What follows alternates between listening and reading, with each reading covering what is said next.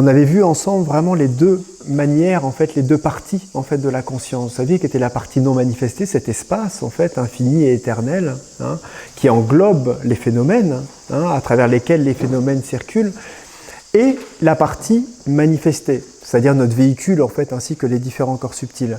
Mais vous voyez, quand on, dans un chemin en fait, on va dire spirituel, hein, pour quelconque aspirant en définitive, si à un moment on s'embourbe quelque part trop dans la manifestation, c'est-à-dire qu'on est trop dans notre véhicule, trop, on va dire, conditionné, on va dire, dans l'identification de notre corps, hein, de nos corps même, hein, qu'ils soient astro, on va dire, mentaux, etc., hein, même spirituels, à un moment, il y a une sorte de cloisonnement de la conscience qui est tellement difficile que l'être va tendre à se libérer de ça.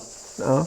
Et généralement, si on en est venu quelque part à des pratiques, on va dire, à chercher l'impersonnalité de l'être et à réaliser cet espace qui est notre nature véritable, c'est justement à cause justement de ce cloisonnement, cette identification à la forme qui, à un moment, devient un étouffement. Vous voyez ? C'est pour ça que c'est important en fait, de faire des pratiques dans lesquelles on apprend véritablement à se détendre et on ne modifie rien, on ne change absolument rien à ce qui nous traverse. Vous voyez ? Mais absolument rien. Jusqu'à réaliser, vous voyez, c'est vraiment comme l'eau, en fait, l'eau d'un lac dans lequel qui serait toujours en mouvement et on ne voit pas le fond, et petit à petit on enlève un caillou, on enlève les branches qui tapent dans l'eau, on enlève tout, jusqu'à ce qu'il n'y ait plus un coup de vent, plus rien, et à un moment, on voit même plus l'eau, en fait. Vous voyez, l'eau a disparu, alors que c'était, voilà, on voit juste le fond ou pas le fond, enfin bon, vous voyez, et il y a un petit phénomène comme ça dans la conscience.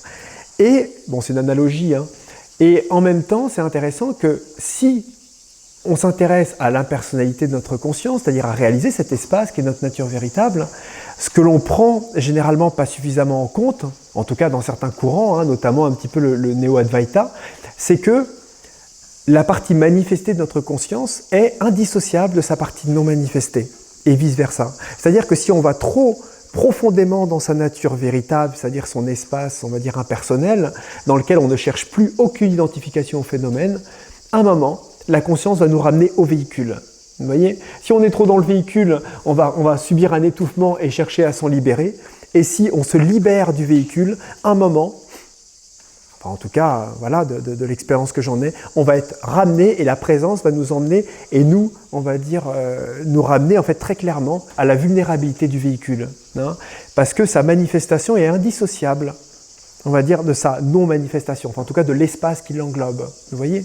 C'est pour ça, en fait, quand on parle un petit peu d'intégralité, on va dire, de développement de la conscience, hein, c'est être capable, on va dire, aussi bien d'avoir des pratiques qui nous libèrent, quelque part, des phénomènes, qui nous permettent aussi de les percevoir tels qu'ils sont, vous voyez ?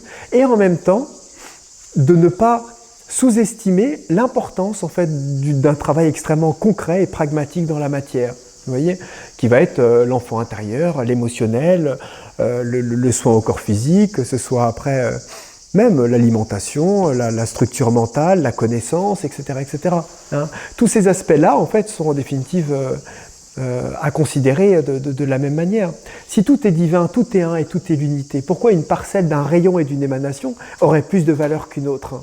Vous voyez, c'est aussi la question à se poser. Hein ? Et quand à un moment on commence à réaliser ça et on comprend ça, on se dit mais oui, mais en fait, il y a... Même si un grand maître spirituel ou je ne sais pas qui apparaîtrait avoir plus de valeur, entre parenthèses, dans la manifestation que quelqu'un d'autre, apparaîtrait, je dis bien, hein, et bien en fait, fondamentalement, ce n'en est nullement le cas. Vous voyez, hein, dans cette éternité conscience et cette manifestation tout le temps impermanente, créatrice de formes en évolution. Hein, de toute façon, dans la manifestation, il y a toujours quelqu'un au-dessus et toujours quelqu'un en bas. Hein, vous voyez, même si on regardait le Christ réalisé dans les plans supracosmiques, je ne sais pas quoi, eh ben, il doit être là en train de regarder en haut un être magnifique et en train d'être suivi en bas par d'autres êtres magnifiques. Vous voyez, mais fondamentalement, il doit être aussi sur son échelle. Une échelle qui a une qualité d'éthérisation cosmique qui nous est incroyablement pas accessible, sûrement dans la beauté vibratoire qu'elle représente. Mais en tout cas, ça n'empêche que la vie est évolution et la manifestation est évolution. Vous voyez ? Donc cet espace de conscience, on va dire, imperturbable qui est de notre nature véritable, est la même pour tout le monde. Hein. c'est un espace qui est non évolutif par nature, puisqu'il est infini et éternel, et c'est en lui que vit la manifestation. Hein, vous voyez? Mais par contre, le véhicule qui est indissociable, et qui est individuel de ce fait, hein, eh ben, de ce fait, comment dire, lui subit quelque part les lois et les règles divines de la manifestation et des plans de conscience dans lequel il est. Vous voyez? Aussi bien que le corps physique subit les lois du plan physique, le corps astral subit les lois du plan astral, le mental subit les lois du plan astral, enfin du plan mental, etc., etc. Vous voyez? Simplement, il est évident que quelqu'un qui développe, on va dire, ses corps spirituels d'une telle altitude, que ces corps spirituels subissent de ce fait les lois de ce plan-là, qui, s'il a une perméabilité dans les autres corps, peut, on va dire, de ce fait, permettre aux lois supérieures d'investir quelque part les corps qui vivent dans des plans inférieurs. Hein, et de ce fait, se permettre, on va dire, quelques possibilités, on va dire, qui ne sont pas ordinaires. Vous voyez? Mais voilà, c'était juste pour vous dire que cette partie-là est quand même importante. Il ne faut pas sous-estimer, on va dire, l'importance de notre véhicule, l'importance de notre corps, l'importance de cet outil. Hein. Et s'en libérer, c'est bien, et c'est extrêmement important, hein, parce que ça fait partie de l'évolution, mais ce n'est pas une finalité non plus. Vous voyez? En tout cas, c'est ma vision de l'évolution.